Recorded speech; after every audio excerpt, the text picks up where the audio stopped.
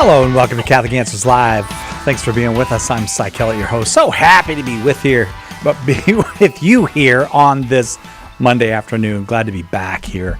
Or maybe it's a Monday evening, or maybe it's even a Tuesday morning where you are. It is Lent, so a very blessed Lent to you and all of yours.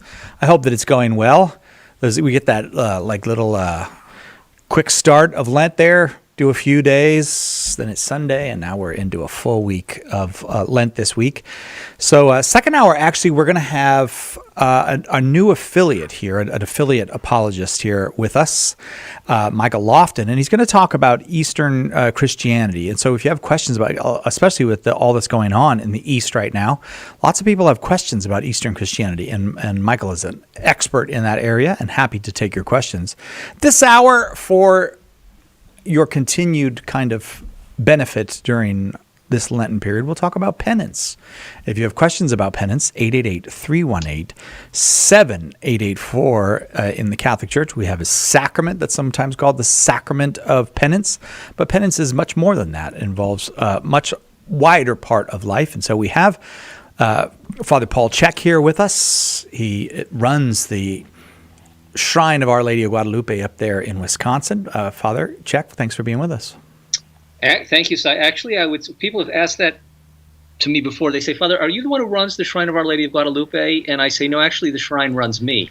Yeah, I'm sure that's the case. I'm sorry about that, but that is how it works. It's a vibrant place. There are many people here. There are many good things going on, and we're trying to attend to all these good projects. Our number is 888-318-7884. If you have questions about the practice of penance, the Christian practice of penance, particularly how we Catholics go about that, your questions are welcome. 888-318-7884. Why do we do penance, Father? Jesus saved us. Sure. Well, look, that's a good place to start, isn't it? Jesus saves. Let's see if we can situate this discussion in the wider context of the gospel, because relating the parts to the whole is a very Catholic idea. And that way we get things in their proper proportion, we give them the right weight, and we understand them in light of, well, what you just said, the resurrection and the love of Christ for us, the love of God for us in Christ Jesus. We have been taken up into a love story.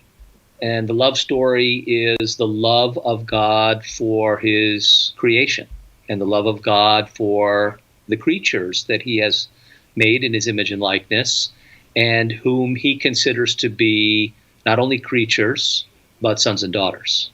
And so the love story that we have been invited into and brought into, and in fact the story is in the very design of our being, takes a tremendous step forward when Jesus Christ comes into the world, God incarnate, the person of Christ bringing the fullness of the Godhead to us and all that God is in truth and goodness and beauty.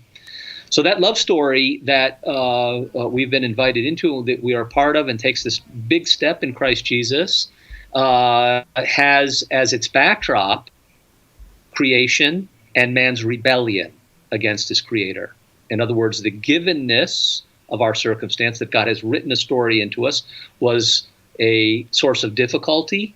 Worse than that, it became the occasion of the first sin, when our first parents said, we don't want to be your children. We don't want you to be our father. Yeah. I know those words are not in sacred scripture, but that's the effect that original sin had. And because of that terrible breach, visited now into all of mankind was the burden of original sin and concupiscence.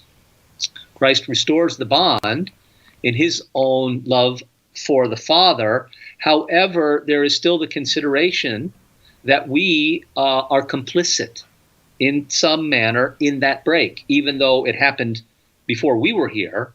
Each time we sin, we multiply the sadness and the suffering that goes along with saying to God, no. And because of that, when Christ comes into the world, what's the very first thing he tells us to do? To repent, or to do penance, and reorient your life, redirect your life now back to God, resume the love story, be faithful, but there is still this residue of sin that we have to attend to. So that's a context. Does that help a little bit, Si? It does, yeah. I think some might look at us Catholics and say, but you've kind of turned this idea of penance into something that looks very rote, I suppose, in a way. Everybody does their thing at Lent, and Sure. So what's the answer to that? Well, they could be right. Oh. And I think that's something we're going to get to today, because it's not so much what we're doing, but why we're doing it and how we're doing it that's decisive. It's true, we could be doing things in a formulaic way, in a superficial way, and that would be to our detriment. But let's look at it this way. We started with the love story. Here are the 6 most important words, or the 2 most important sentences in the English language. I love you, I am sorry. I think those are the most important things we can say. Yeah. And we have to say both, don't we? Because, right. Well, in the second case, for sinners. So I am sorry, and everything that goes along with penance, because penance and sorrow for sin are part of the same thing, they fit into the love story. If I've offended someone whom I love and who I know loves me, if I'm saying to them, I'm sorry, it's another way of saying I love you. And therefore, it shouldn't be rote or superficial. It should come from the heart, which is really what Christ was encouraging when he says, repent and believe the good news. 888-318-7884, 888-318-7884. We're talking penance with Father Paul Chek this afternoon. You are welcome to call 888-318-7884. I suppose the other side of this, it's just rote, this Catholic stuff, is the person who... and this may be all of us at some point, I don't know, who is either excessive in their penances or feels that none of their penances are adequate. Well, and we could certainly take those cases up. But while Lent is a penitential season, the purpose of Lent is to intensify the commitment of my heart to Christ and response to the love that he has offered to me. That's what the penance is directed towards. So here's something that I offered to the people last week at the beginning of Lent to encourage them with regard to their Lenten practices, because as time wears on, in the 40 days we get fatigued and some of our resolutions start to fray a little bit around the edges. What's going to help us? And I mentioned 2 things. The first is to reflect on the true nature of sin. Sin is not just the hurt it causes, and sin is actually more than harm. Sin is violence. That's what sin is. Sin does violence. It does violence to the soul that commits it, first of all. It is an abuse of freedom that then someone else's soul and person will feel in different ways. And so that's an act of violence. And then it's violence to the God-man. It's violence to Jesus Christ in his passion. And so if we think about sin in this way, we deepen the horror that we have for it. And that's why the Church presents to us the meditation on the passion of Christ during Lent in the Stations of the Cross, for instance, or in just the reading of the Passion, and then, of course, at Holy Week itself. So the idea of sin as violence is something that's important to us. It leads us to the meditation on the Passion, so that we don't treat sin lightly. What did St. John Paul II say? The sin of the century is the loss of the sense of sin. Yeah. So that tells us something about our need to recalibrate with regard to what sin actually is. And then the second piece is, what kind of love is it that allowed itself to be pinned to the cross? Yes. What kind of love was it that endured the humiliation of the temptations, which we've just heard in the gospel, of the temptations by sin, because that was a humiliation. What was it that, what kind of love was it that said yes to all the indignities, all the suffering, not just the physical suffering, the corporeal suffering, very real, but as Newman discussed, the anguish and the sufferings of Christ in his soul? What kind of love is this? And that is really what our Lenten practices are devoted to. The horror and the violence of sin, and a reflection on what kind of love would make this sacrifice for us. Why would it do that? 888-318-7884. We're going to take a quick break to get started here, and then we will come back and let folks have their questions for Father. There are a few lines open. We'll start with Matthew in Alabama when we come back. 888-318-7884. We're talking about penance from the Catholic perspective. You don't have to be Catholic to call if you have a question about penance and about the Catholic practice, or just about the Catholic theology of being a penitent. Please do call 888-318-7884. But when we come back, Father, I have a question for you that I want to ask you. Then I'll go to the lines, and that has to do with once you begin on this road of penance for sin. Why do you become more sensitive to sin? Like suddenly you become, oh my gosh, there's more that I should be attending to. I thought I had this and this to work on, but now I see this and this and this and this. Yeah, so we'll talk about that when we come back. Okay. Catholic Answers Live. Are you a coffee drinker? If so, you can now enjoy a coffee roasted to perfection by the Carmelite monks of Wyoming. Delicious Mystic Monk coffee is roasted and prepared by monks in a hidden cloistered monastery and is available in over 25 varieties. All Mystic Monk coffees are works of perfection and labors of love. For more information on how to purchase Mystic Monk coffee, visit mysticmonkcoffee.com. That's mysticmonkcoffee.com.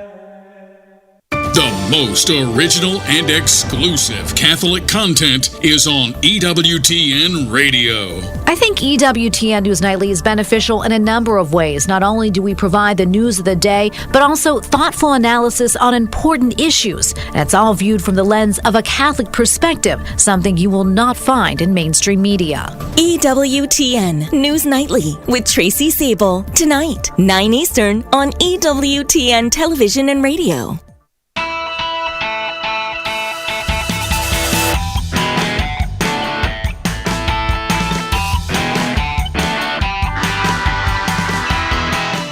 Welcome back, Catholic Answers Live. Maybe you have a difficulty with the idea of penance. Maybe you'd just like to be better at it, or better understand what it is that we're doing when we're doing penance. This is the primary penitential season of the Church, that being the Lenten season. And your calls are welcome for Father Paul Check, 888-318-7884, 888-318-7884. All right, so this is the dynamic that I notice, that the more you kind of do penance for sin, the more you realize, oh my gosh, there's a lot more of it here than I thought there was. And it can be a little disheartening, actually. Yeah, and that's a good thing. And why is it a good thing? Because one of the laws of the spiritual life is that we progress in our love of God and our closeness to Him to the degree that we grow in self-knowledge. So self-knowledge is not simply an inventory of my faults or the confession of my sins, an examination of conscience. It's more profound than that, because self-knowledge includes all of the good that God has put into me and the graces that He has given to me, and my gratitude to Him for the life that I live in Him. But to make progress in the spiritual life means I have to be honest. I have to be forthright. Sometimes I have to even be brutally so to come to terms with aspects of my life that could be very difficult to understand or to accept. But if we think of it in this analogy, if I go to the doctor and I just say, well, I'm not feeling very well today, and just leave it at that, he's not going to know what to do for me. I need to do a kind of inventory and say, well, this is the symptoms, here's where they start, and this is what it feels like, and this makes it worse, or this makes it better. And then he knows what to do for me. Now, St. Thomas tells us that every analogy has greater dissimilarity than similarity, so it does break down at a point. The divine physician already knows all my ailments. And in that sense, he doesn't need me to diagnose myself. Right. But I do. I need the honesty. I need the forthrightness. I need to say, Lord, help me. Help my unbelief. Cleanse me from my sins. One of the lines in the Psalms is, deliver me from unknown faults. Yes, Such right. an important line. Deliver me, because I won't make progress in virtue if, for some reason, I'm not attentive. to where I need God's grace. So does that help answer the question a little bit? It does, and it makes me realize that I'm a very helpful person because I help other people see their unknown faults. I point them out. So that's my charity. What's that? That's a charity that you perform during Lent. Yeah, it's not always welcome. I said I'd go to Matthew in Alabama. Let's go to Matthew in Alabama, listening on EWTN Radio. Matthew, we're very glad you're here. Topic is penance. Our guest is Father Paul Check, and you are first up. Matthew, go ahead with your question. Okay, hello, Father Check. Can you hear me? Matthew from Alabama, yes. Great to hear you. God bless you. Hey, God bless. Thank you so much. So I remember reading somewhere that in Orthodox churches, bishops and priests will sometimes deputize lay people to hear confessions like among one another. And I was curious because I know Catholics with other sacraments, bishops and priests will deputize certain members of the clergy or laity for other reasons. So I was curious to know what's the Catholic stance on that, and if that ever happens in Catholicism. Right. Well, maybe the guest in the second hour can address that better than I can, but in the certainly in the Latin Rite, but really in Catholicism in general, we think about the priesthood of the baptized, the universal priesthood into which we're all incorporated by virtue of baptism, and then we think of the ministerial priesthood. And the functions of the ministerial priesthood are not just a difference in degree, they're a difference in kind, which means that the administration of the sacraments, and here I'm thinking particularly of the Eucharist and the forgiveness of sins, cannot be passed to a member of the laity. They can't be deputized, to use the word that you used, because they are dependent upon the ontological change, the change in the soul of the priest at the moment of holy orders, when he is ordained a priest. It is only at that moment that his soul is reconfigured, reshaped, if you like, according to Christ the high priest, and now he has the sacred potestas, the power to be able to confect the Eucharist and to forgive sins. And that those things cannot be delegated to the laity. Now, there are other practices, and I don't think this was exactly what you're referring to, but say in religious communities where they do something called the chapter of faults, where as an exercise of humility, the member of the religious community will come forward and say, these are the things that I did this past week for which I'm sorry. And that's actually a very beautiful exercise of humility, and it acknowledges that my sins touch the community. But in that setting, no sacramental absolution is given, and it can't be. And of course, it's not the forum for confession. So I hope that helps a little bit, but strictly speaking, no, it's not possible for a priest to pass on the capacity to be able to forgive sins in the sacramental sense. Matthew, thank you very much. Appreciate that. We've got 2 lines open right now, so if you want to get in, you are welcome to call. We will work our way through the callers we have with us. 888-318-7884, the number. Catholics and Christians around the world are undertaking a season of penance now. At least the vast majority are undertaking a season of penance in preparation for the commemoration of Christ's death and resurrection. That season we call Lent. And if you've got questions about penance, you're welcome to call 888-318-7884. Let's go to Jefferson City, Missouri. Hannah in Jefferson City, listening on 88.1 FM. You are next, Hannah. Go ahead with your question for Father. Hi. I had a question about a priest that I've gone to for confession who has given me penances that either he asks like what I think my penance should be, and then also penances where there's no end date. So, for example, I once was given a penance to start praying for 10 minutes every day. But like, how does that affect my absolution and, I guess, going about of completing that penance per se? Okay, a good question. And Hannah, thank you for asking it, because sometimes in the confessional, the priest will have what he thinks is an appropriate penance or an idea that fits a particular circumstance or penitent.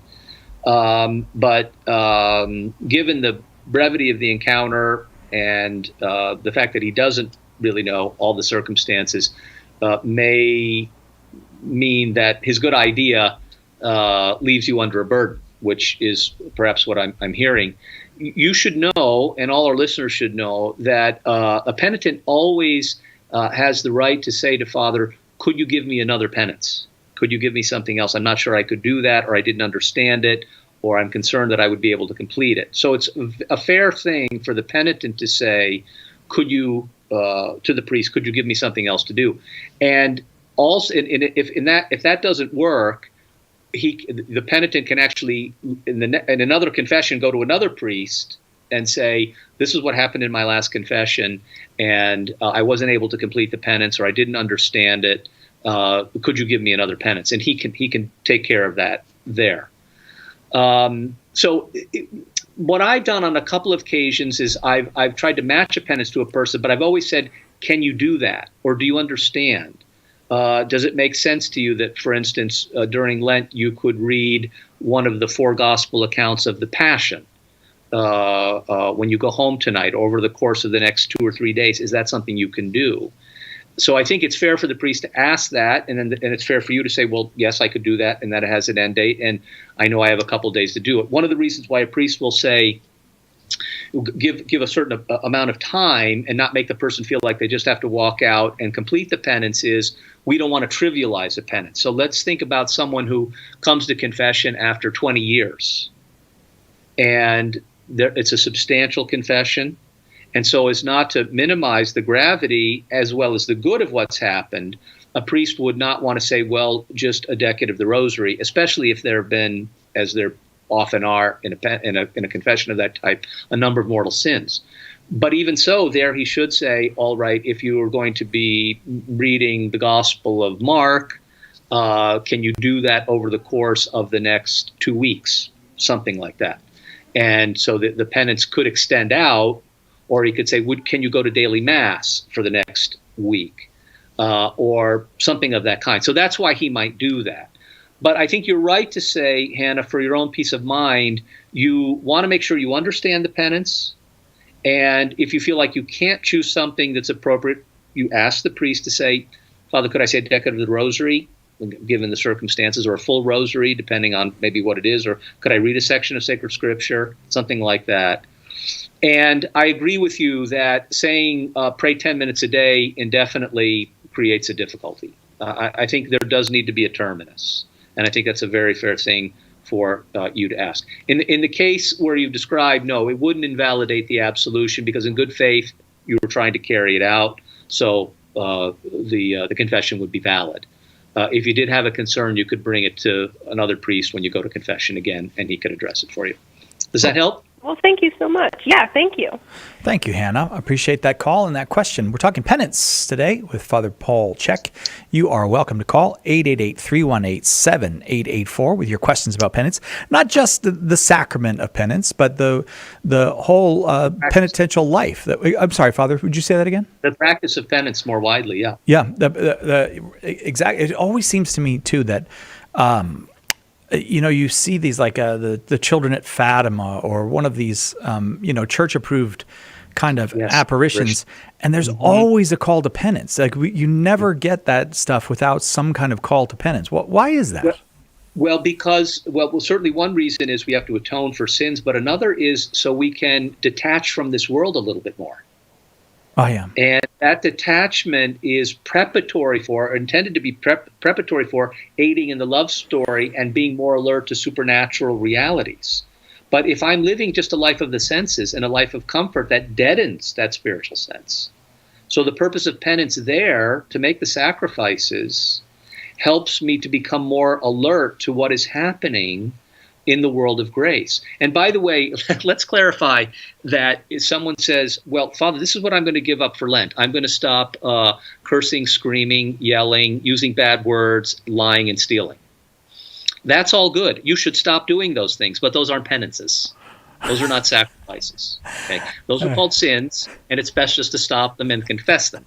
But we don't get any merit, particularly from stopping sinning. Okay, does that make sense? Yeah. People do say that. But that's I'm going to screaming and yelling and using 4-letter words. Well, that's good. Yeah. But right. Yeah, but but that's the thing about penance is that, which I think is confusing to many people, is that it is the giving up of a good, and you often hear the critique. Well, God wants you to have that. That's why God wants you to enjoy chocolate or whatever. Newman takes this up where he says, "The world has many things to enjoy, and I'm fitted to enjoy them. So now what?" The problem, of course, is that we often lose our balance. We're enjoying things, and we don't enjoy things in the right measure, in the right order, and we can become too beholden to things, and then that spiritual sense is dead. All right. Teresa in Philadelphia, I'm coming to you next, and I'll get to every other caller as well when we come back. We're talking penance. Our guest is Father Paul Chek. Our number, 888-318-7884.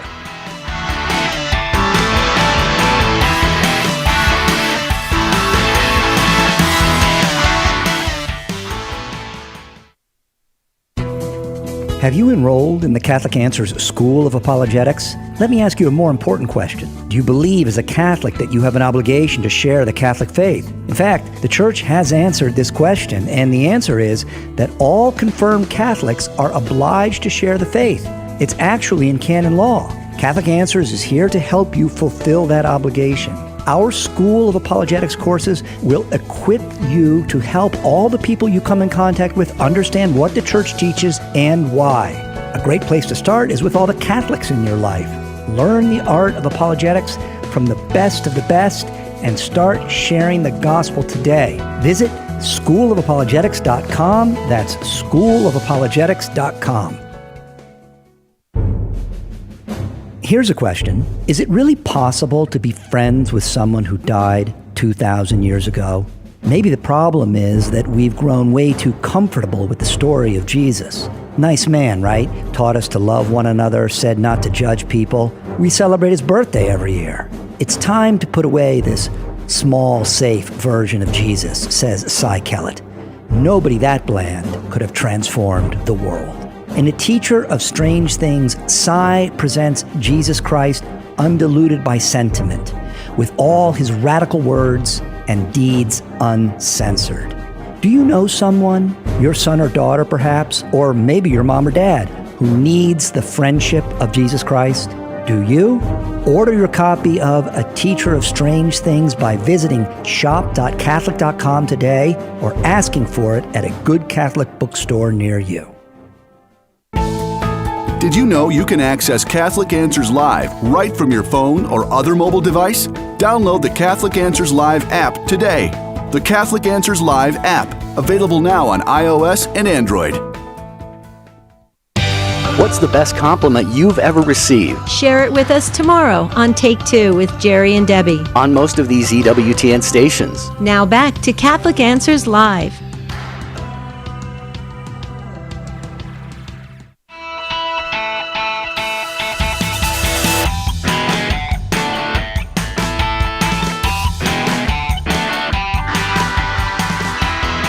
Welcome back, Catholic Answers Live, 888-318-7884. Hey, if you ask an atheist or agnostic who Bart Ehrman is, chances are they will know right away. Chances are that many have used his arguments to back down unprepared Christians.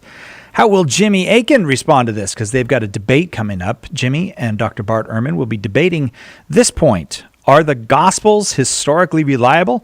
You can attend in person or watch the live stream on YouTube. Visit catholic.com/debate for more information. This is a big one, catholic.com/debate for more information.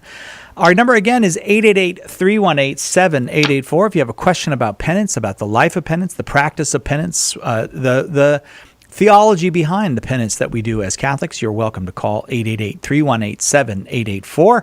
Father Paul Chek is our guest. And first up, this segment is Teresa from Philadelphia, Pennsylvania, listening on Holy Spirit Radio. Hello, Teresa.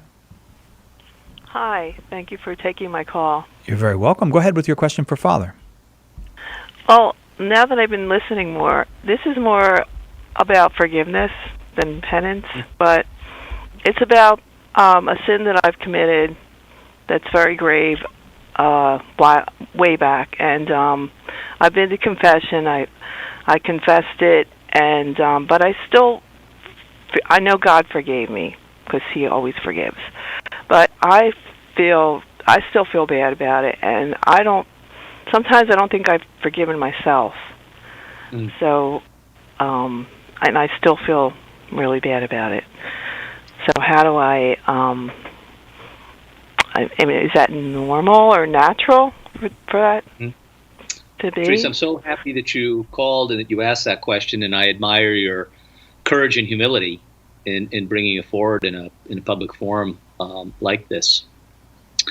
I think the first thing I'd like to suggest to you is that you open up your Bible, go to Luke chapter 7, and look at a section of the gospel that I'm sure you're familiar with, and it's a remarkable testimony to the goodness of God. It's the story of the woman in the home of Simon the Pharisee. So just to remember the story, Christ comes into the home, and the guest and the host does not attend to him, but the woman, the penitent woman, comes to him and bathes his feet with her tears and wipes them with her hair. And this is a bit of a scandal, a Pharisaic scandal of the wrong kind, to the people who were there, because they say, if he knew who she was, he would not allow this to happen. Now, of course, he does know exactly who she is, and he certainly wills that it happens. And he uses the occasion to teach us two very important points. The first is, the soul that loves Christ much will be forgiven much.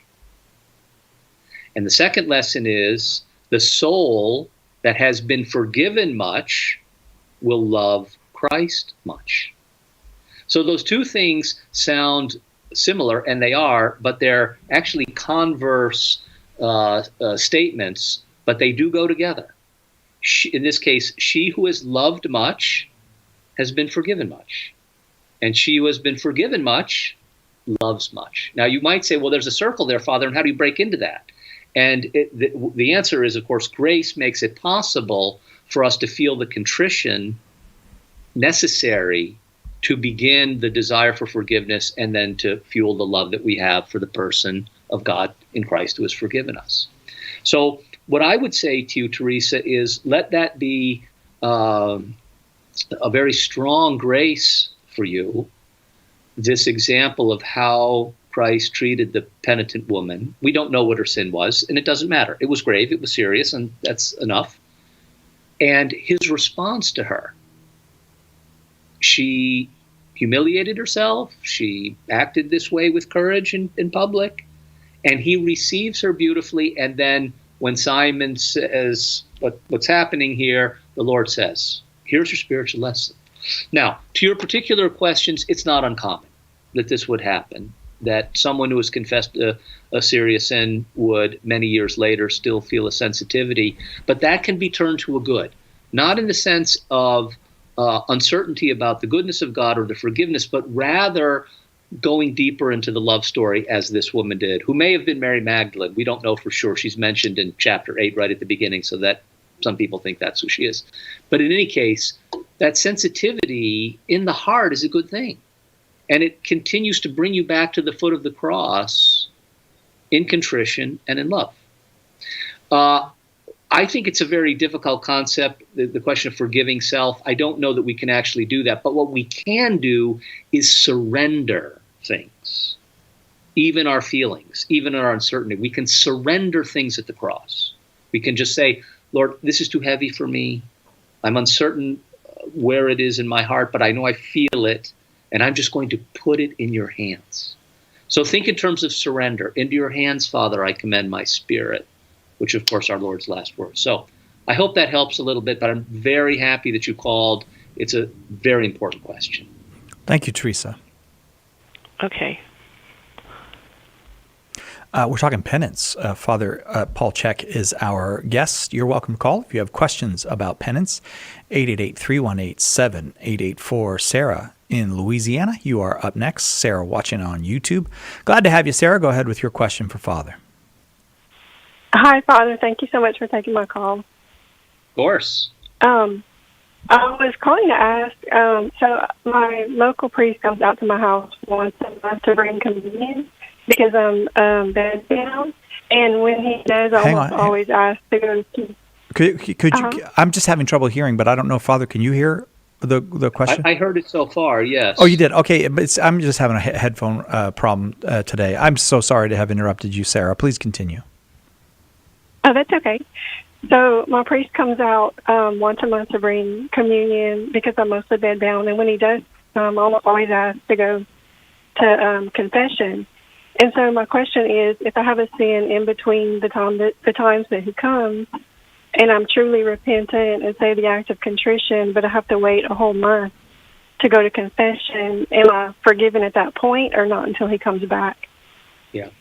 So it's a good question. Depends on the type of sin. If it's a venial sin, then your act of contrition should suffice. If it's a mortal sin, then a perfect act of love and a perfect act of contrition can remit it. That's a high standard. It means that there's sorrow for sin, not for fear of loss or punishment, but for the love of God. It's achievable, but it's a high bar, which is why we have the sacrament of penance itself. But God wouldn't hold you accountable or responsible for something that you can't do, which is absolve yourself. And if the priest is only able to come once a month, you make the act of contrition. That should be sufficient. And then for peace of mind and heart and the good of your conscience, when the priest comes, you go to confession. Okay, thank you so much. That help? Oh, thank you, Sarah. Thank you very much for that call. Thank you so much. The number is 888-318-7884, 888-31-TRUTH. Our guest is Father Paul Check and Frank from Lake Wiley. You only got about 22 minutes left to call while Father's here. 888-318-7884. We're talking about penance. We have to take a very quick break. We'll be right back. If you're on the line, just hang on. We're going to come back to you. And if you have not called yet, but you have a question about penance, whether you're Catholic or not, you can. We got a couple lines open, and we'll get to you before the top of the hour. 888-318-7884. Let us help you with your question today on Catholic Answers Live. Underwriting for Catholic Answers Live is provided by Real Estate for Life. Real Estate for Life connects homebuyers and sellers to real estate agents while supporting pro-life organizations. On the web at realestateforlife.org. The most original and exclusive Catholic content is on EWTN Radio. This is Dr. Ray Guarendi from The Doctor Is In. You call in and we will talk about what matters to you in your life. We can put our heads together to help you solve the problems of life and to use your faith to get even smarter.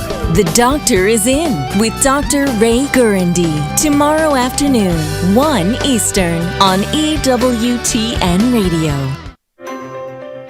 We have a big problem.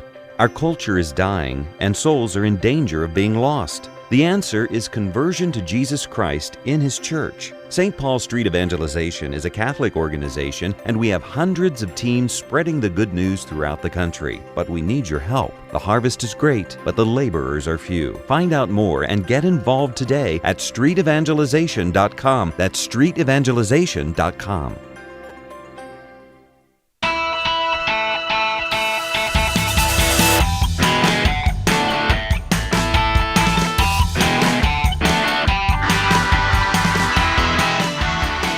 Welcome back. Catholic Answers Live on this Monday afternoon, or maybe Monday evening, or maybe even Tuesday morning, where you are. We're very happy that you take the time to be with us. Thank you very much for being with us. Second hour, with all that's going on in the East, where the Eastern churches are, especially in the country of Ukraine, where there are quite a few different churches and faith communities rub up against one another there in the country of Ukraine. We thought maybe you have questions about Eastern Christianity, and so we got an expert to come in. Michael Lofton will be with us the next hour, and if you have questions about Eastern Christianity, you want to know about Orthodoxy, but maybe you want to know about some of the churches that are in union with the Church in Rome but are of the East, like the Byzantine Catholic or Maronite Rite or any others. We'll talk about Christianity in the East next hour. This hour, we're talking about penance. You're welcome to call 888-318-7884. Often, Father, just as an aside, given what the two things I just said, often the Christians of the East have a reputation for being a bit tougher about the penance than we are. That we're a little I don't know. So we Catholics joke about it sometimes, but we don't even know like how to fast. We have to look it up in a book. Like it's like, and it's not real fasting. It's like do 2 small meals and 1 large meal and what I don't know.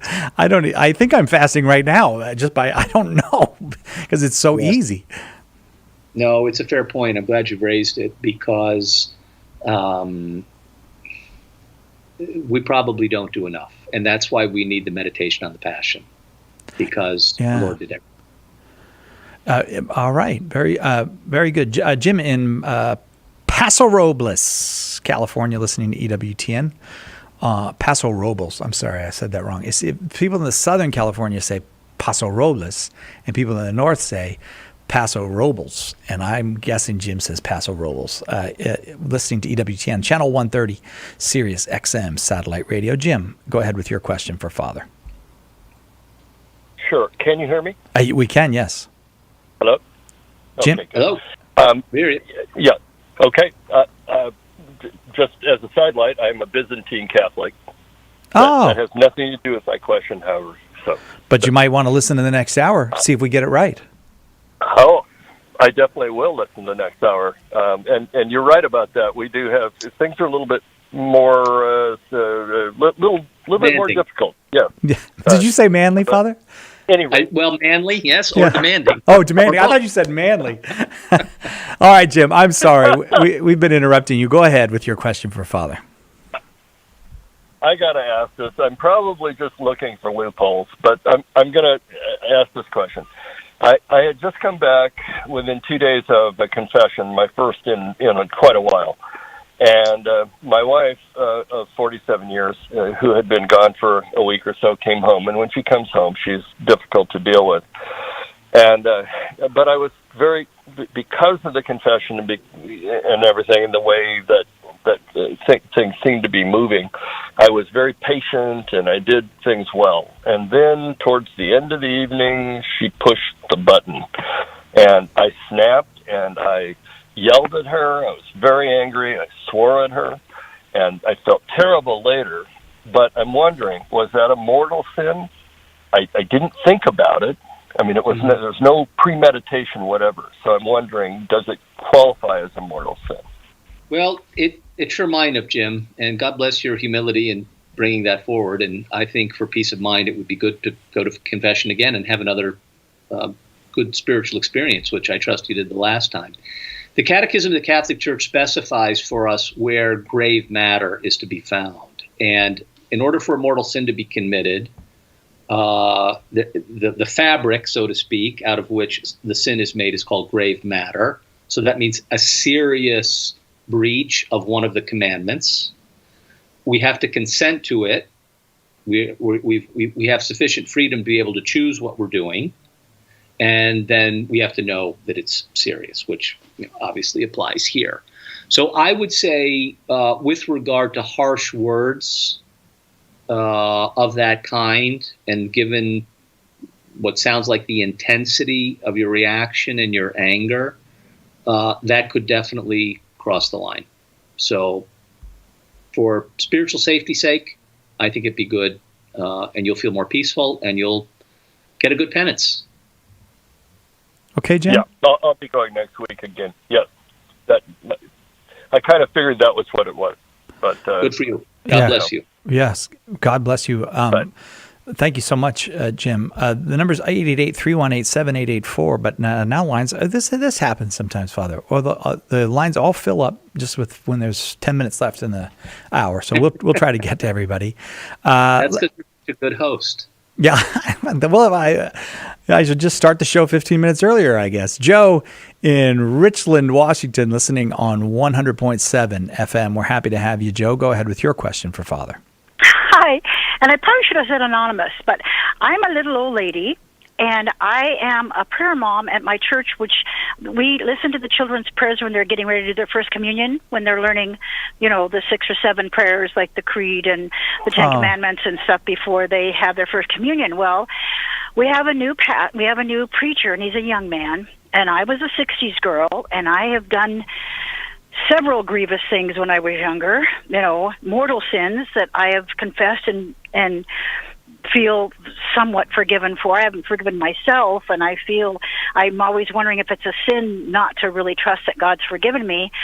But my question is that this young priest looked at me. I'm a little old lady. I have a little bun on my head, and he just thinks I work with the little kids. And I said, I have committed adultery several times. And he looked at me, and he said, do you know what adultery is? Oh, well, that was a little... I do. Well, he had to make sure. He only knows me as this sweet little old lady, and I feel like I look around church and see all these beautiful young people and even old people and think, these people probably have never done things that I've done, and how can I possibly be forgiven? Oh. It's just, and I'm wondering if it's a sin to wonder if I can be, Okay, Father? Well, to have some unsteadiness in face of the mercy of God, I think is not uncommon and not a bad thing, because it's so marvelous that it goes beyond our capacity to believe that in his goodness, God would not only forgive our sins, but he would bear the punishment within himself. That's what we were thinking about before with respect to the fact that sin is violence. So I think approaching the mystery of this with reverence and saying, how can this be, could be meritorious. To have a firm and steadfast doubt about the mercy of God would be another matter. That doesn't sound to me, Joe, like what you experience or what you are feeling. I think it's more in the category of, how can God be this good to me? And if that's where we let the meditation rest, and then we start to move forward, understanding the goodness of God, then he will reassure you. So it is marvelous. It's mysterious. It is it's big for our imaginations to grasp. But the Lord will help you see. And there's many sections in the gospel where it's very clear that the Lord is content when people come forward, as you did in confession, and ask for his mercy. So read John 4, the woman at the well, the Samaritan woman, and that will be a good meditation for you. I commend it to you. Seems like the older I get, and I'm going through an RCI class so I can answer some of these kids' questions. They're just amazing, especially the second and third graders. I had a little fifth grade boy ask me the other day, why do we have to pray? God's there. He knows everything. Why do we have to pray? So I'm hoping my RCI classes will help me get some of those answers. Good. Yeah. Well, why do we talk to our friends? Because they're our friends. And we speak with people because we want to share things that are in our heart, and we want to hear what's in their heart. Yeah. It's a very human thing. Thank you, Joe. Thanks very much. I'm going to try to get to everybody if I can here. Ryan in Pennsylvania is next, listening on Catholic.com. Ryan, go ahead with your question for Father. Super. Thanks for taking my question. So my question regards my father, who is in his mid-70s. He's been away from the church for a long time, and he's been sort of coming back recently in fits and starts. But the problem is that he goes right up there and receives communion, and I know a lot about him, and I know that he's not been to confession to reach that state of grace to be in full communion. He's also remarried outside the church, which I know is sacramentally a problem. And so I'm curious, Father, of your view on the best way to approach someone, because what I don't want to do is sort of create bad will and turn him off that do more harm than good, but yet I also don't. I feel like I should be doing or saying something to set him on a different path. Well, I commend you, Ryan, for wanting to do that, because it's the truth that sets us free. And part of your dad's story now is he needs to learn more of the truth. Does he read? Would he read something that you had given to him? Honestly, Father, probably not. Okay. Well, then it'll be necessary to do it more in conversation. And I might start with why he has come back to Mass. and what it is that he desires from going to Mass.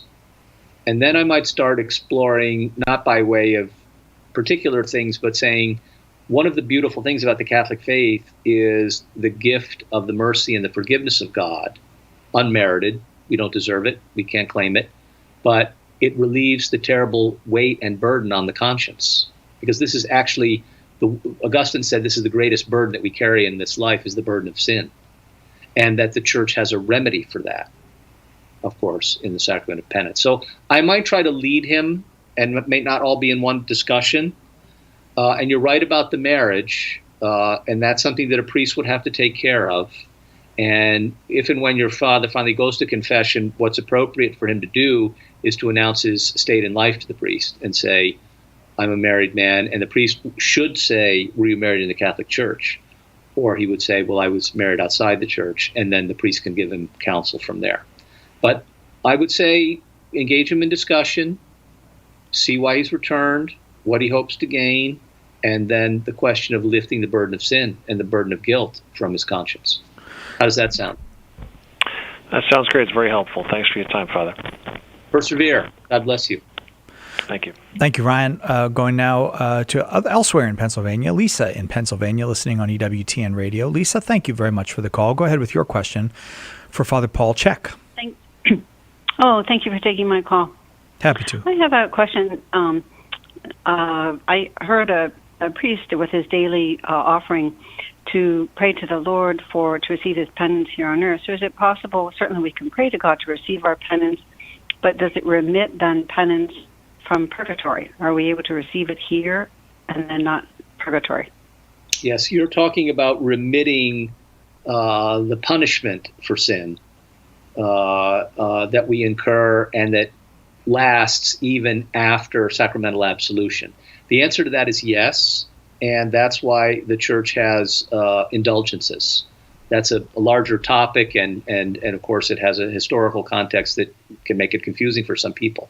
But the gift of the indulgence is from the cross. Our Lord gained all of the graces that we need for salvation, but also to remit the punishments that are attached to sin if we do certain things that show our commitment to wanting that punishment remitted.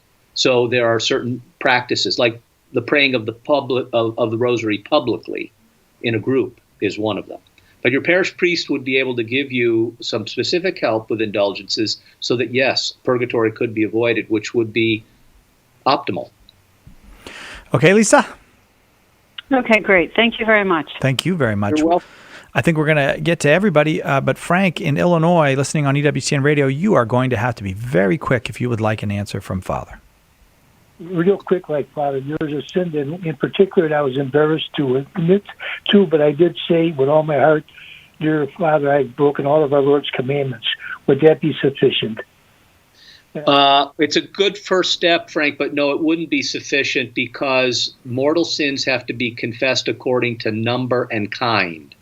And one of the reasons for that is it means that we are taking responsibility in an adult way, in a manly way in this case, for what we've done. And by claiming that, it takes responsibility. It also helps to break the power that the sin has over us. So mortal sins have to be confessed according to number and kind. Even if one, okay, thank you, Father. Even if I was granted absolution, it would not make a difference then? Well, the priest, I think, should have been more careful, if I can say it that way, in helping you examine your conscience to make sure that there were no mortal sins. So I would find another priest that you can go to, prepare, and you'll feel a lot better, believe me, when you've made that full confession. I hope that that's helpful to you. Thanks very, very much.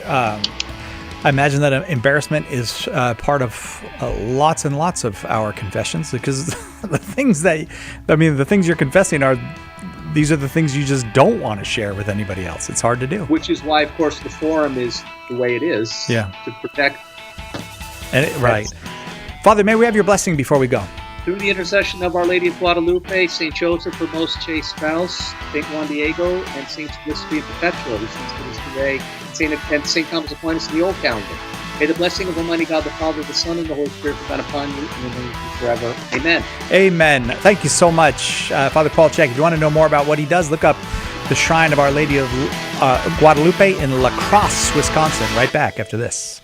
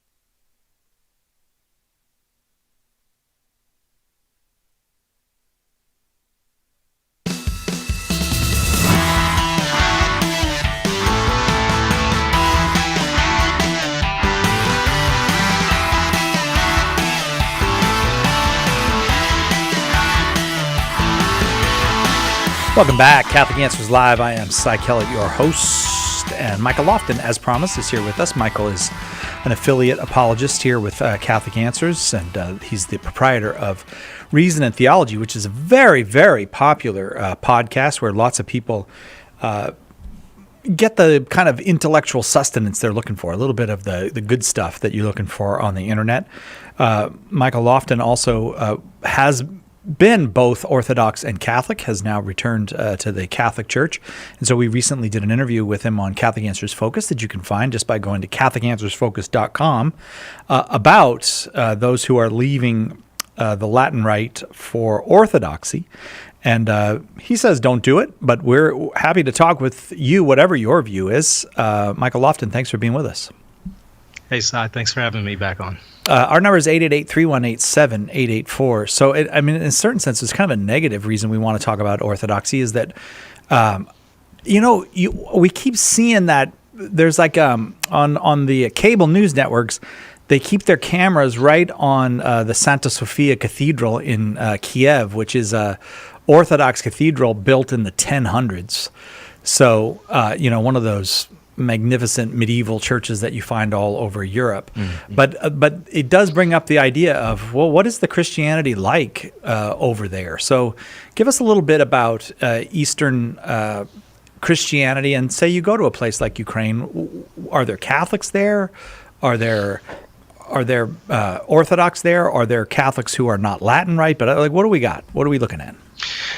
Yeah, specifically in Ukraine, the majority are going to be, at least the majority of those who identify as Christian are going to be Eastern Orthodox. Okay.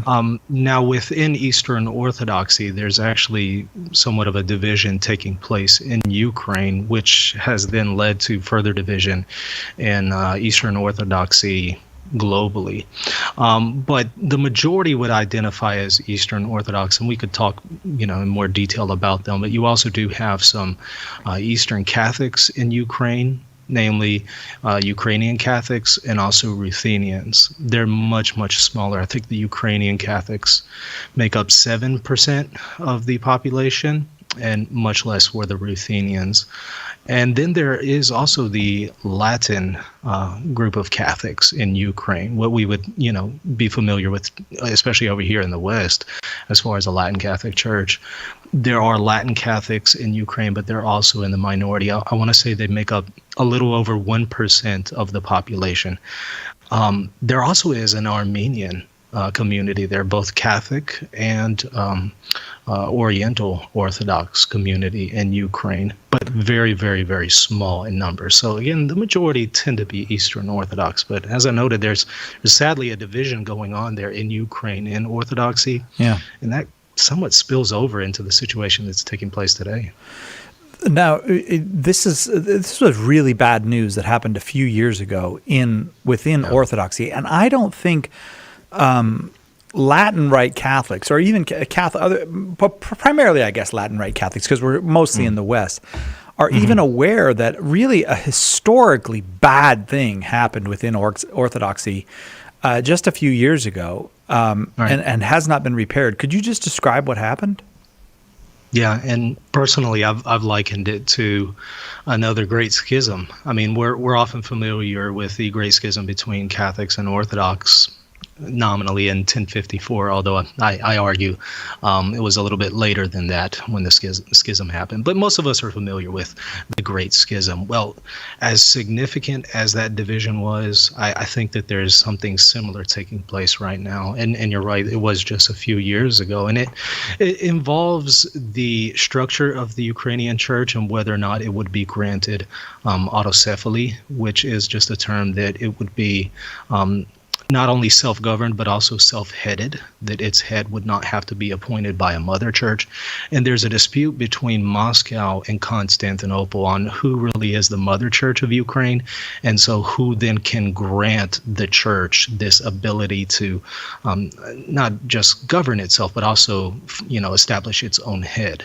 Yeah. So because of that division, it has resulted, unfortunately, in a schism between Moscow, the Patriarch of Moscow, and the Patriarch of Constantinople, which has then spilled over into other parts of Eastern Orthodoxy. For example, Moscow has also said that it's no longer in communion with the Patriarch of Alexandria, because Alexandria has celebrated a liturgy with the group of Ukrainians that have been granted autocephaly by the Patriarch of Constantinople, and he doesn't recognize their jurisdiction or their church. So there has been a schism there even between those two patriarchs. So, but as you noted, it's very unfortunate, and I think it even impacts us as Catholics, because as Catholics we want to have unity with the Eastern Orthodox, and I'm of the opinion that this is going to further impair that and create an impediment, or further impediment for reunion with the Orthodox.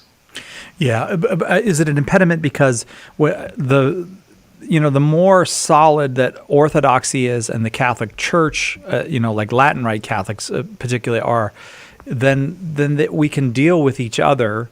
Yeah. But the more we break down within our own communions, our own faith groups, then you're starting to see a shattering that makes it, you say, well, who do I deal with? Who am I supposed to be having this kind of coming together with?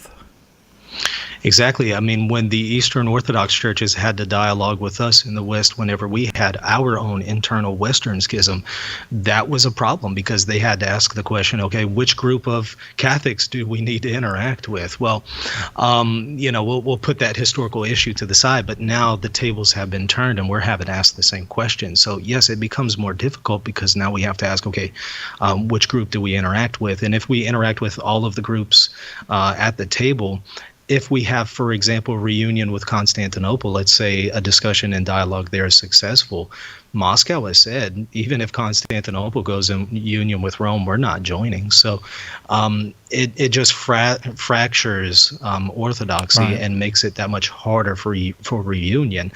If they were united, it would be a little bit easier to not only have those conversations, but maybe even full reunion. Not only that, but the divisions that they have pertain also to doctrine over the role of the first in the church, the head of the church, and some will even dispute the term of the head of the church in Eastern Orthodoxy. I understand that, but the role of the first patriarch, there's a dispute over what kind of authority he really has.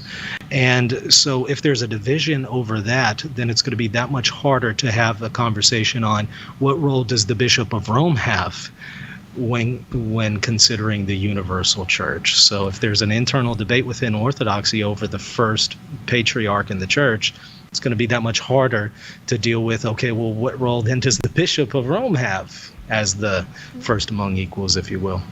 We're talking about Eastern Christianity. Any question whether it has to do with Eastern Christianity among those who are in communion with Rome, or among those who are not currently, or have broken, have a kind of separated situation with Rome. Whatever, if you have a question about Eastern Christianity, you are welcome to call 888-318-7884, 888-318-7884. There's the temptation, I suppose, is to always look at things like from our team against your team and this team and that team, but you think of the saints that have been produced in Orthodoxy. I mean, tremendous saints, wonderful.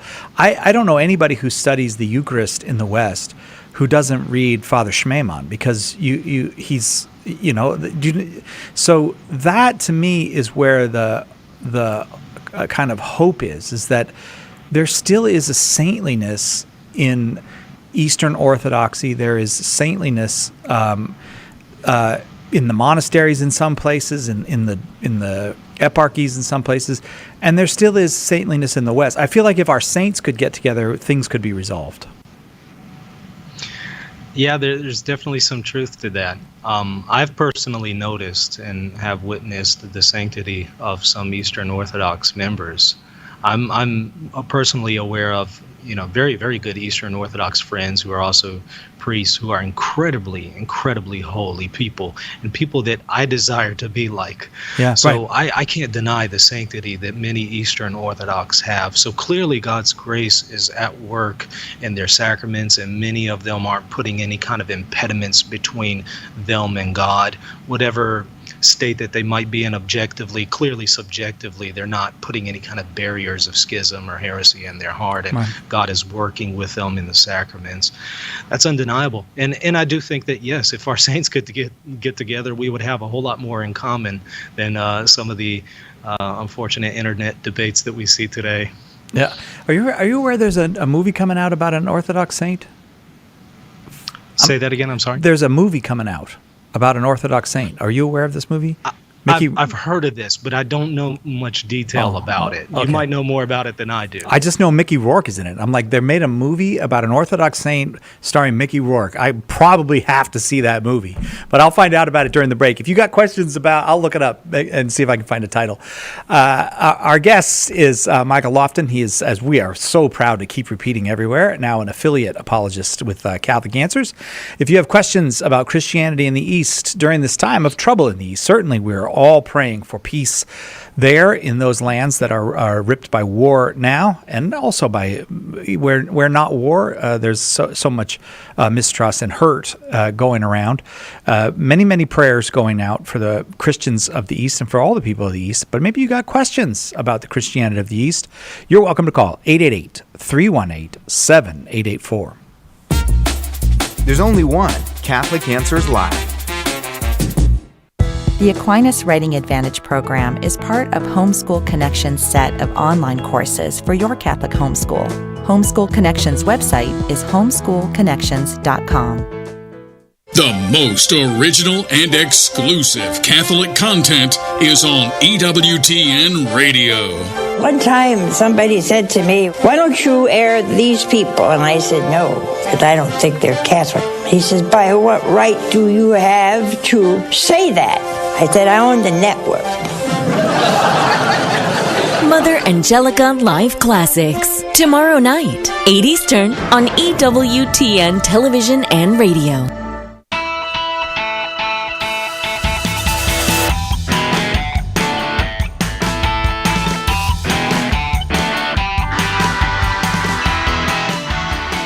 Welcome back to Catholic Answers Live. You want to know about Eastern Christianity, Michael Lofton is the guy to go to. You want to know about movies about Eastern Christianity, I'm the guy to go to. You're welcome to call 888-318-7884, 888-318-7884. So the saint is maybe a saint that you know, Saint Nectarios, but I don't know him. Oh, yeah. In fact, he's probably the most favorite saint of my priest, in fact. So he has a very strong devotion to him. Very, very holy man. What do you know when it's going to be released? I'm kind of curious. I want to see it. Okay, well, I'm going to tell you what I just found out. It's in theaters March 21st and March 28th. Okay. It's one of those ones that's got a 2-night run all around America. I don't even know I don't know if it's even a good movie, and I'm advertising for it. But I just want to say since we're talking about Christianity in the East, if you have a Mickey Rourke movie about an Orthodox saint, you pretty much got to mention that. 888-318-7884. Now somebody's going to call up and go, "This is the worst movie ever about Saint Nectarios." Well, I'm innocent of that. Maybe somebody had a sneak peek of it already. Yeah, right. You ready to take some questions, or did you want to go over anything else about these? All right, let's go to Teresa in Eugene, Oregon, listening on KBVM. I'm guessing that BVM stands for Blessed Virgin Mary. Teresa, thanks very much for your call. Go ahead with your question for Michael Lofton. Thank you. I wanted to know about scripture readings on Sunday in church. I know in the Latin church that the cycle of readings on Sundays, they change and then they're the same every 3 years. And I wanted to know what is the cycle of readings in the Byzantine Catholic Church and why it differs from the Western Church.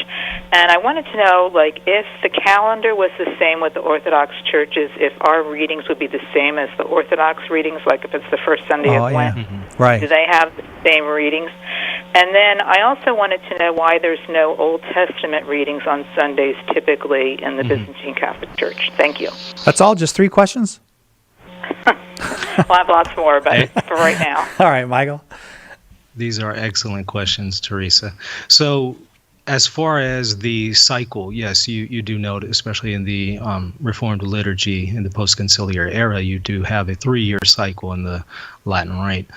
Whereas in the Byzantine Catholic Church, which you mentioned there, you have an annual cycle, so you don't have it going through rotating every 3 years.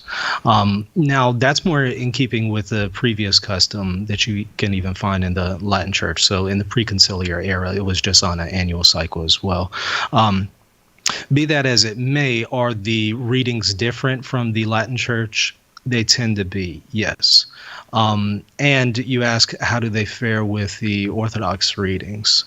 Well, it also depends then on which Orthodox church we're talking about, because some of the Eastern Orthodox churches follow the old calendar, the old Julian calendar, and some follow the Gregorian calendar. And there will be some variations in the readings there because of the difference in the calendar.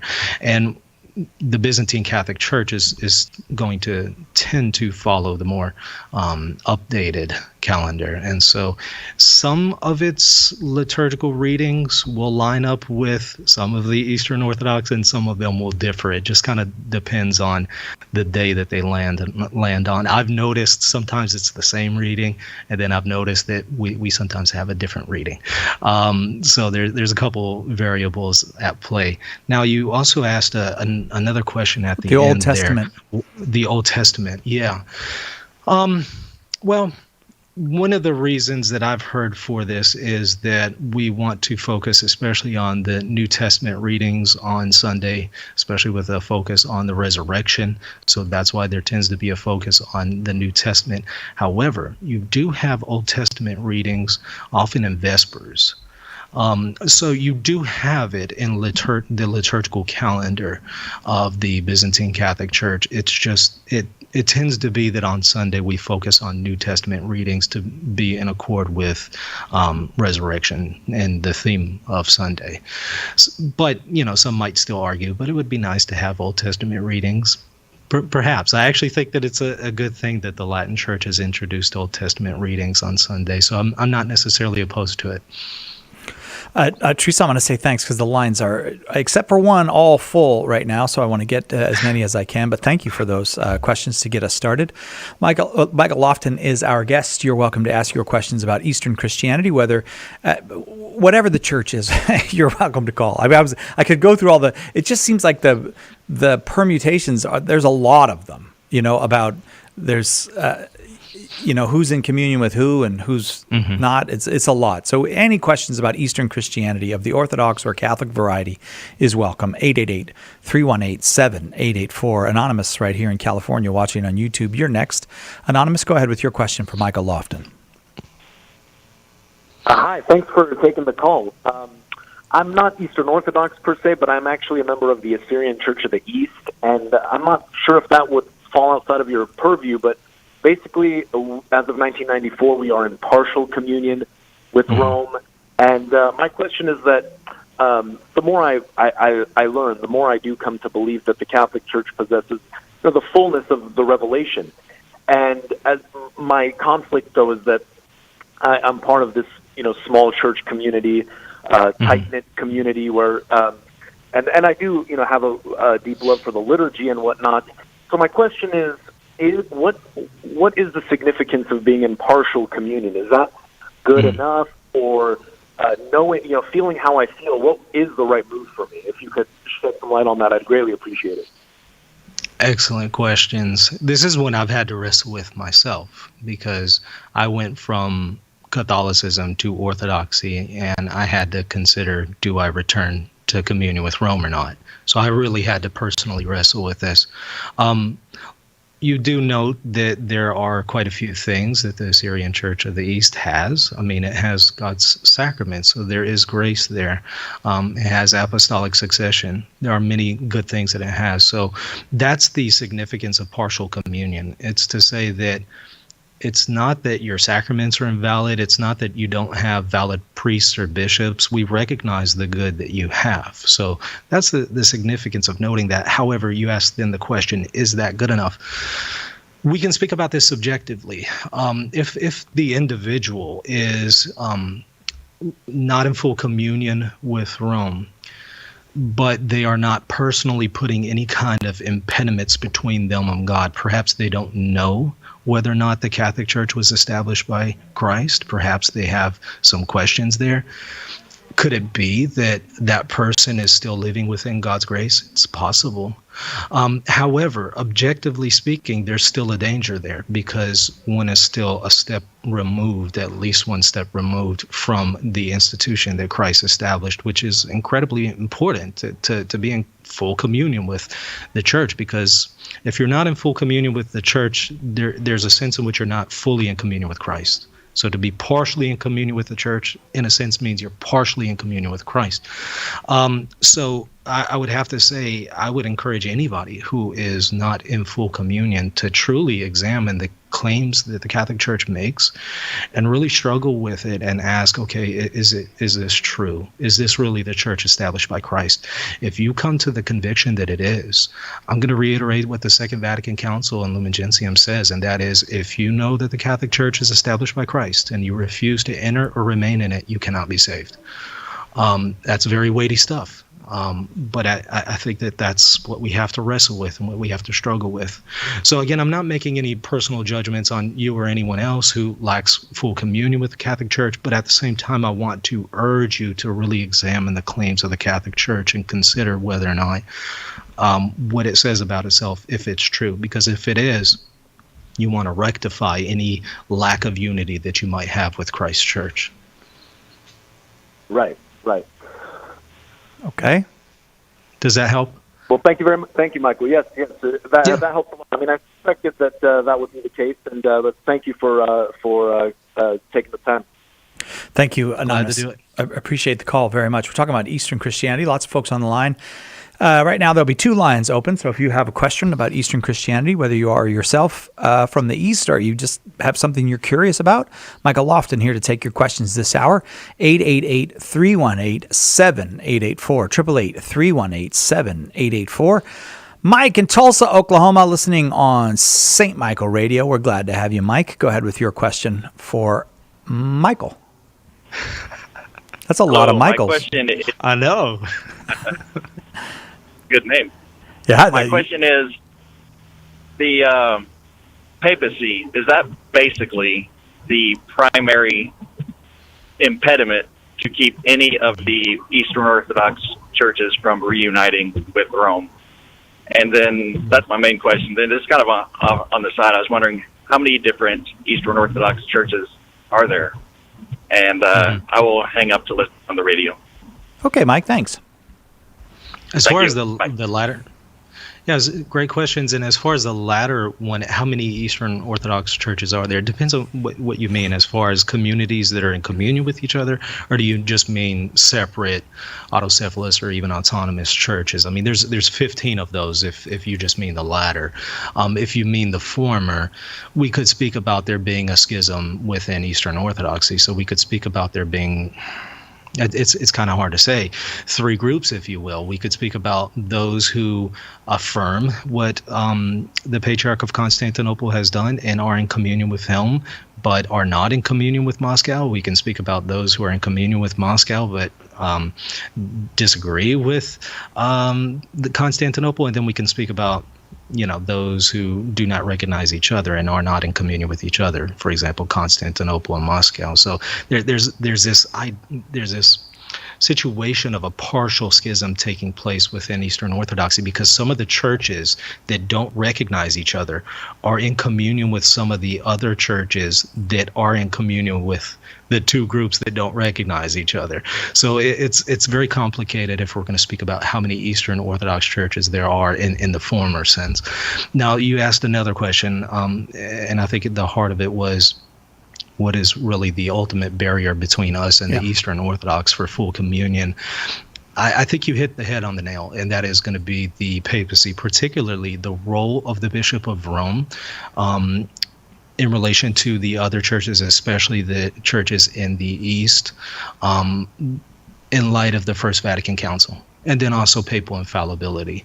Those are the 2 main issues that are really disputed. Now, some might say, but the filioque, but the essence and energies distinction, but the Immaculate Conception. They might say that those things are really major factors.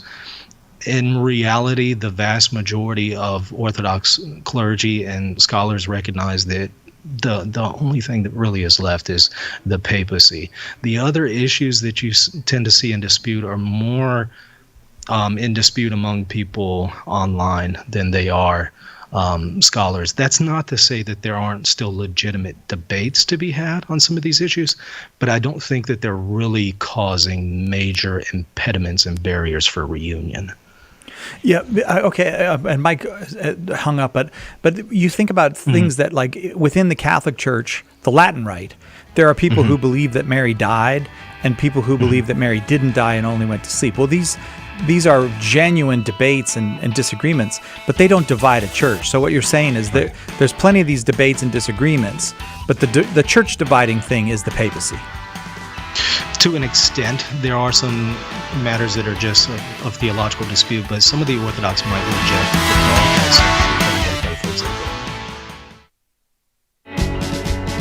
This is Archbishop Salvatore Cordileone of San Francisco. Thank you for listening to Catholic Answers Live. Did you know you can access Catholic Answers Live right from your phone or other mobile device? Download the Catholic Answers Live app today. The Catholic Answers Live app, available now on iOS and Android. Have you enrolled in the Catholic Answers School of Apologetics? Let me ask you a more important question. Do you believe as a Catholic that you have an obligation to share the Catholic faith? In fact, the Church has answered this question, and the answer is that all confirmed Catholics are obliged to share the faith. It's actually in canon law. Catholic Answers is here to help you fulfill that obligation. Our School of Apologetics courses will equip you to help all the people you come in contact with understand what the Church teaches and why. A great place to start is with all the Catholics in your life. Learn the art of apologetics from the best of the best and start sharing the gospel today. Visit schoolofapologetics.com. That's schoolofapologetics.com. Most of us Catholic parents agree our number one goal in life is to pass on the faith to our children. But here's the bad news. Today's world has a million ways to steal your kid's soul. Don't be afraid, says Father Sebastian Walsh. God loves your children even more than you do, and He desires their salvation more than anything. In his groundbreaking new book, Always a Catholic, Father Walsh shows you how to cooperate with God to bring about the fulfillment of His will for your kids. Always a Catholic reminds us that keeping our kids in the faith is about the way we live our Catholicism in our own lives and as a family from day to day. Order your copy of Always a Catholic by visiting shop.catholic.com today or ask for it at a good Catholic bookstore near you. What's the best compliment you've ever received? Share it with us tomorrow on Take Two with Jerry and Debbie. On most of these EWTN stations. Now back to Catholic Answers Live.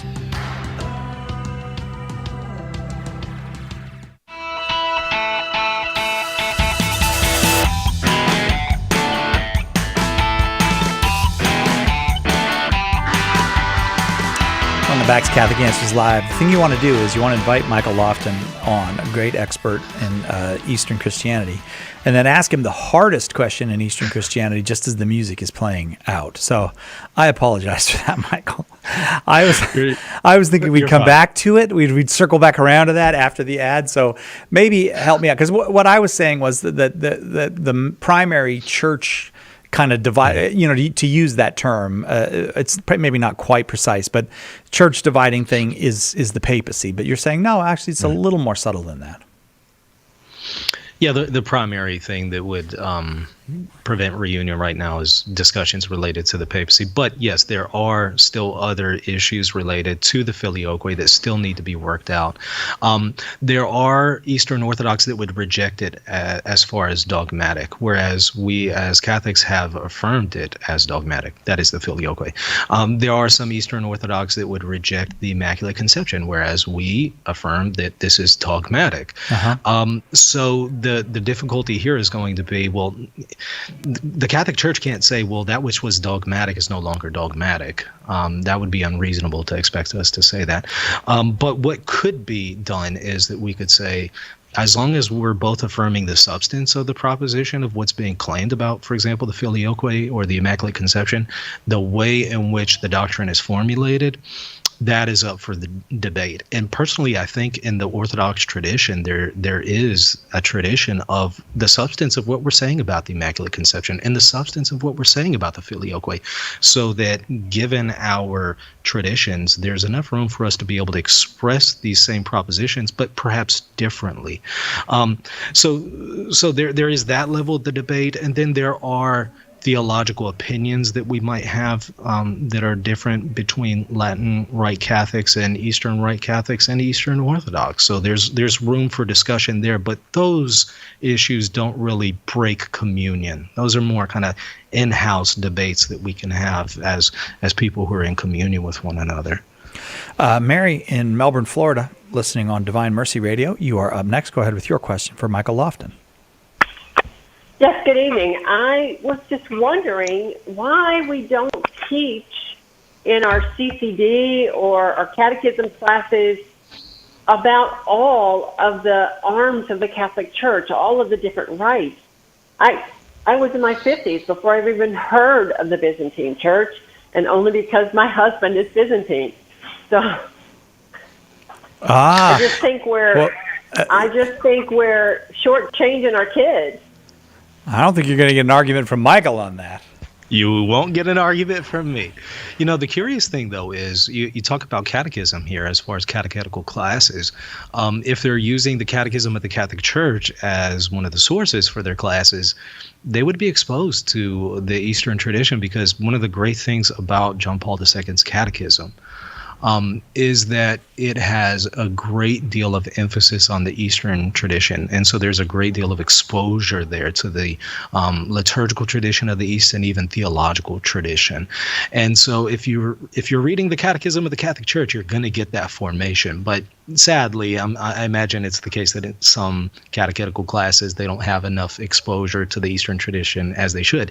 And that sometimes gives us tunnel vision. We end up thinking that the Catholic Church is synonymous with the Latin Rite. And as great as the Latin Rite is, the Catholic Church is not synonymous with the Latin Rite. It's made up of 23 different churches. And so there's a greater liturgical tradition there. There is a greater theological tradition there than just what we have with the Latin Rite. And so being familiar with that will kind of help us get out of that tunnel vision. So yeah, you're not going to get a dispute from me on that one. I think that we need more exposure to Eastern Christianity. Absolutely, and I just find it to be a most beautiful liturgy.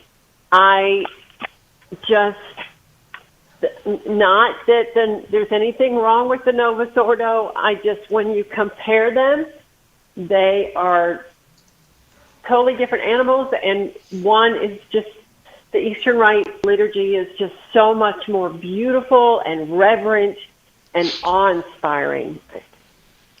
I think all of the traditions, liturgical traditions of the church, have their own beauty to offer. I love the Latin Rite and I love its beauty. I resonate more with the Byzantine liturgy, so I'm kind of there with you, but that's on a subjective level. I recognize objectively all of the rites are equal and fully to be venerated in the same way. Mary, well, congratulations on being married to a Byzantine Catholic. Nice job on that. Yes. Thank you. Yeah, thank you for your comments. I very much appreciate it. Michael Lofton is our guest. You can find him at Reason and Theology. That's his podcast, and it's on YouTube, right? It's on YouTube as well as podcasts? YouTube, Reason and Theology, yes. Yeah. Oh, but so, like, could you get it on Apple Podcasts and that kind of thing, or just on YouTube? It's on Apple, it's on Stitcher, so pretty much any podcast platform. And it's majestic in just the beauty of the books behind Michael when he does his presentation. Just the beauty of that. I'm still missing your book in the background, Si, so I'm sorry. That's my. I have to get it hardbound and sent to you. Yes. So I could get up there with Thomas Aquinas. 888-318-7884 or St. Gregory Nazianzus. Maybe that's what I should have said, not St. Thomas Aquinas. Well, I have Aquinas and Nunzianzas up there. Okay. So. All right. Let's go to William in St. Petersburg, Russia. Oh, Florida. St. Petersburg, Florida. All right. Listening to EWTN, Channel 130, Sirius XM Satellite Radio. William, go ahead with your question for Michael. Hi, I'm Eastern Orthodox, and I was wondering what you think I could do besides praying to promote unity in the Eastern Orthodox world. And I was also curious, without getting into a debate, the reasons why you returned to the Catholic Church. Yeah, excellent question. So as far as I think it was the first question there where you were asking about what can we do to bring about unity in addition to prayer. I think what's helpful is having charitable conversations with one another. Often I think we have further division because of some of the vitriol that we see in some aspects of the internet today and conversations taking place there. So if we're going to have reunion, we need to have charitable discussions with one another and learn about each other's tradition. I think that's incredibly helpful. I know it's helpful in my own personal journey in discovering some of the biases that I had against Orthodoxy. And I imagine there's quite a few Orthodox that have had some biases against the Catholic Church, but have sat down and spoken to Catholics in a charitable way and then learned that those were biases and it wasn't actually based on truth. So having those charitable discussions with one another, I think will really help further advance reunion, especially from a ground up consideration. Now, whenever we talk about my own personal experience, why did I go from Orthodoxy to reunion with Rome? A lot of factors were at play, but the biggest one was the papal claims. Researching this historically, I can't shake the idea that the papacy is of a divine origin. It's a divine institution that's essential to the church. It's not synonymous with the church. There's much more to the church than just the papacy, but it is an essential component to it.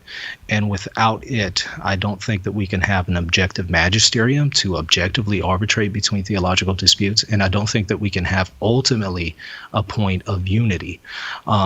So seeing that historically, attested in the first millennium, even some of the ecumenical councils really, weighed on my conscience and led to the decision that I need to be reconciled to the church that Christ established.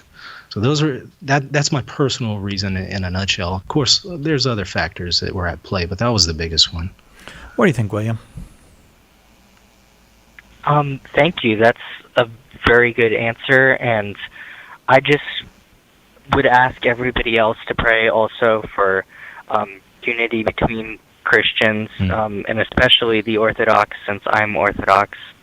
And I converted, so sometimes I feel like some of the different churches are like their own camps, and yes. I don't want that because I'm not Greek, I'm not Russian, I'm just Orthodox. And I also... I am glad for your answer about my second question. It's kind of what I expected. And I'm definitely going to look into that more myself. Although at the moment I'm still Orthodox, I will look into it.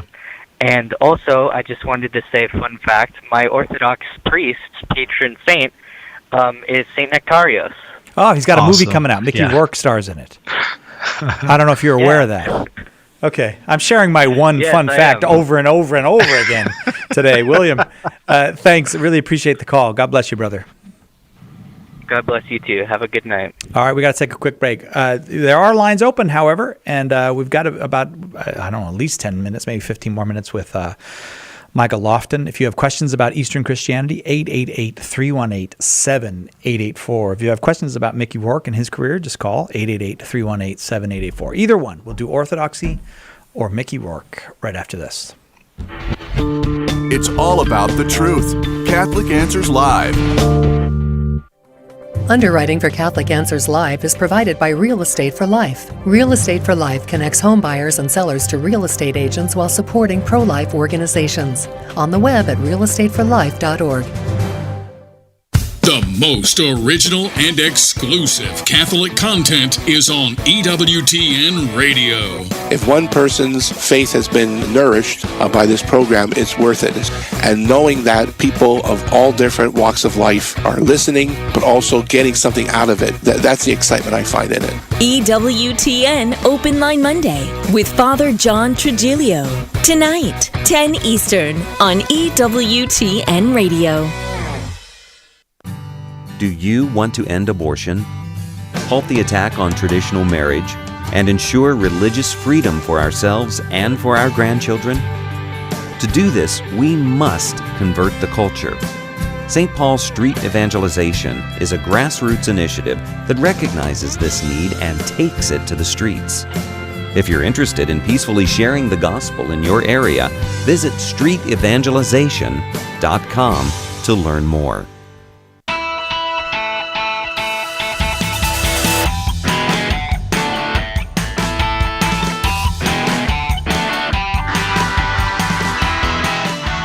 Welcome back, Catholic Answers Live. I'm supposed to read this ad, and just before I started reading it, I asked Michael if he knows Dr. Bart Ehrman, and you said you had Dr. Ehrman on your show.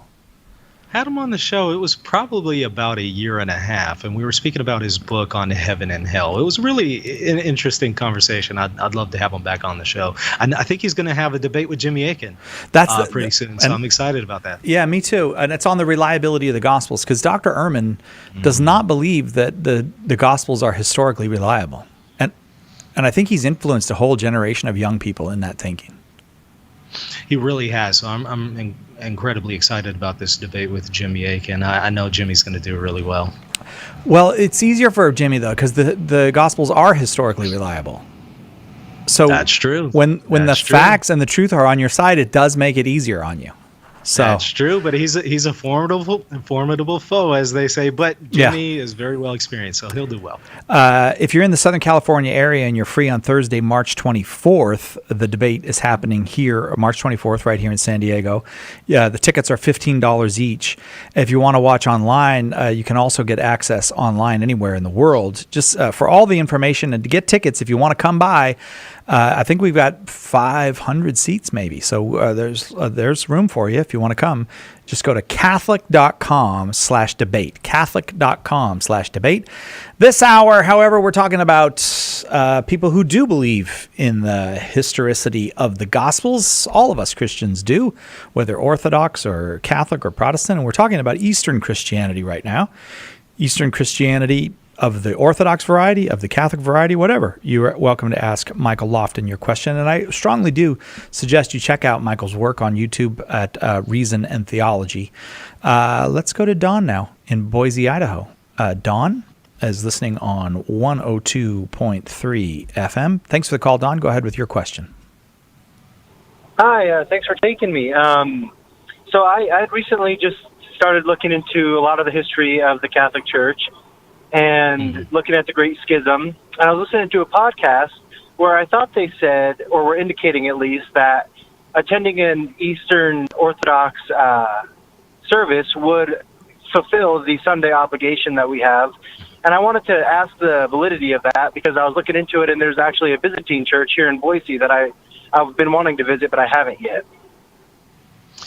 Yeah, this is a really tricky one because the Code of Canon Law at least for Latin Rite Catholics, speaks about attending a Catholic rite, a liturgy that's of the Catholic rite. And so how to define that is kind of what's tricky. So depending on which canon lawyer you ask, you might get a different answer. Some are of the opinion that, yes, it would be fulfilled. Others are of the opinion that for a Latin Rite Catholic, no, it has to be a liturgy that's in communion with the Holy See. And that is what is meant by attending a liturgy in a Catholic rite.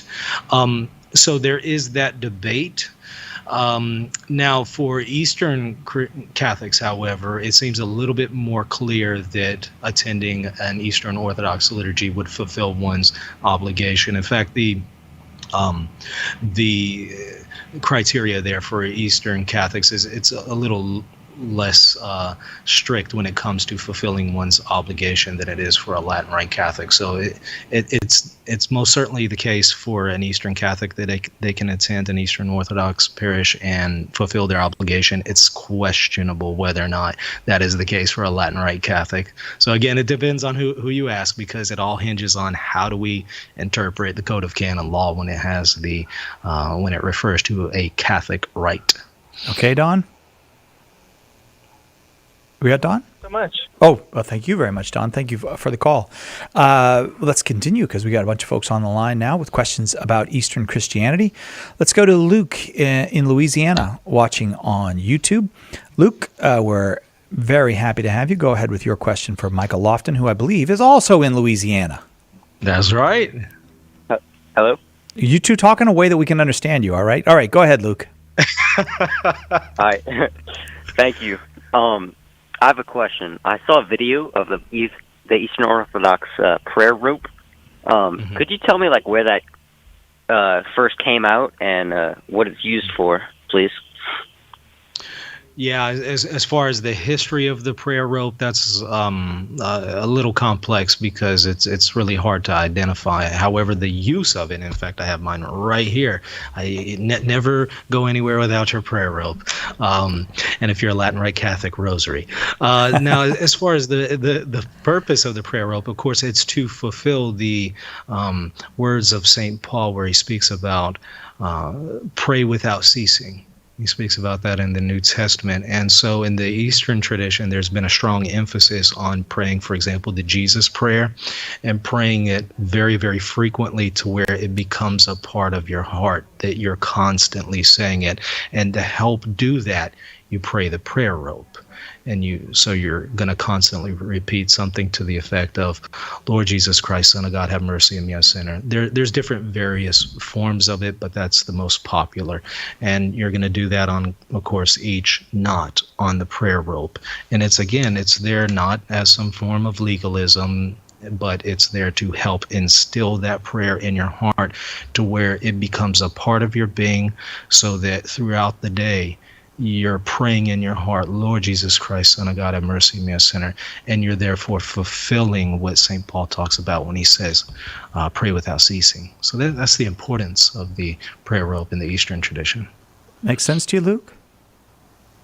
Yes, sir. Thank you. All right. Thank you very much. Appreciate the call, Luke. The number is 888-318-7884. I'm going to read a couple questions to you, Michael, because there's a couple folks who left their question but weren't able to stay on the phone with us. So I'll read a couple questions to you. And even if I do those, we'll still have room for at least one more call. So if you've got a question about Eastern Christianity, you are welcome to call. If you are an Orthodox person and you would like to call, we'd like to have a conversation with you as well. Anybody can call, actually, 888-318-7884. So this gentleman was not able to say, but Michael in Texas, listening to EWTN on Channel 130, Sirius XM Satellite Radio, asked this: does the Russian government have any role to play in the lack of unity amongst the Eastern Orthodox churches? They're not very popular right now. If I might just say, the Russian government is not very popular. So I believe you could blame them for anything and people would accept it. But what about this one? Sure. Yeah. It depends on who you ask, and I'll avoid the political implications here and speak about this from an ecclesiastical perspective. Does the Russian Church somehow play a role in unity among Eastern Orthodoxy? I think at this time some might argue that the answer is no, while others are going to answer yes. It depends on where you really fall on with this issue of granting autocephaly to the Church of Ukraine. Moscow thinks that it has the ability to grant autocephaly to the Christians in Ukraine, whereas Constantinople thinks that it has that ability. When you say Moscow, I just want to clarify, you mean the Patriarchate in Moscow, not the government in Moscow. Correct. The Patriarch of Moscow, who's effectively the spiritual leader, although it does get a little bit more complicated than that when it comes to Orthodox ecclesiology. But for our intents and purposes, he's effectively the leader in the Russian Orthodox Church. And so depending on where you land on when it comes to this debate of who can grant the Ukrainian church autocephaly, will determine whether or not you think what Russia is doing right now is bringing about greater unity or further division. All right, Michael in Texas, we will leave it there. I do not know what is it the Feast of St. Michael? Every caller is named Michael now, and our guest is named Michael. This one comes from Deacon Michael in Mississippi, listening on TuneIn Radio. Oh, all right, Deacon Michael, thank you for this. He says, Mickey Rourke played St. Francis of Assisi in a biopic movie. So that was on our other topic, the Mickey Rourke topic. Any comment on that? No, because I'm not familiar with Mickey Rourke, but I know you mentioned him earlier. So what? I've never met somebody who wasn't a huge fan of Mickey Rourke. I live under a rock in Louisiana. So, as a matter of fact, Mickey Rourke, I believe, played a Russian villain in a Marvel movie. So that it brings it all together. The anti-Russian feeling, it all is in the career of. He's a great actor, Mickey Rourke. I might be familiar with him if I saw his face, but the name is not ringing a bell. All right, we're going to go to another. Oh, you've got to be joking. This is from, the next caller is Mike, listening on St. Michael Radio in Oklahoma. Everybody is Mike today, or Michael. All right, Mike on St. Michael Radio. Go ahead with your question for Michael. I'm actually the same Michael who called earlier. But you just circled back to us. All right. Okay, go ahead. That's right. And just so you know, Mickey is a nickname for Michael. Oh, the day is complete. Thank you. It's the Michael hour. Okay, I was wondering if there's any point of faith that we differ with Eastern Orthodox. And what I mean by that is not, is there something that they believe that we deny to be true? Depends on who you ask. In my opinion, no. But some are going to say that what's called the essence and energies distinction within Eastern Orthodoxy, which is this idea that tries to understand what we would call God's simplicity and in relation to creation. It's an incredibly complex topic, and I can't do justice to it in a short period of time here, but some are going to say that this understanding of what's called the essence and energies distinction in Orthodoxy is dogmatic in Orthodoxy, whereas some would claim that Catholics don't accept it, and therefore there's a barrier there. I'm not of that opinion. The essence and energies distinction is acceptable in the Catholic Church as a theological opinion. There are different ways in which we can understand God and his unity and his simplicity. Some might take a Thomist perspective, others might take a Scotus perspective, and then you have what's called a Palamite perspective, which comes from the writings of St. Gregory Palamas, who articulates this idea of the essence and energies distinction very well. Any of those positions are acceptable as a theological opinion in the Catholic Church. So in other words, it's possible that a Catholic could be in full communion with the Holy See and yet maintain this essence and energies distinction. So I don't think that it's absolutely an impediment and a barrier between Catholics and Orthodox. But again, it depends on who you ask. Others would take a different perspective and say, no, this is not tolerable in Catholicism. But that's clearly not the case. For example, we venerate in the Eastern tradition, Eastern Catholic tradition, we venerate St. Gregory Palamas as a saint. He's on our liturgical calendar, which also implies that we accept the essence and energies distinction as a viable theological opinion. Okay, Mike? Sounds good. Thank you. Thank you. James in Georgia, listening to EWTN on channel 130 Sirius XM satellite radio. You are going to have to be so quick if you'd like an answer. Can you ask your question real quick? Sure. Thank you. So, Michael, my question is, basically, I listened to a video by Father Josiah Trenum on YouTube one time. You got to ask a question. I'm sorry, but we don't have time. You got a question? Oh, okay. So could you explain really quick the Orthodox teaching on contraception? Michael?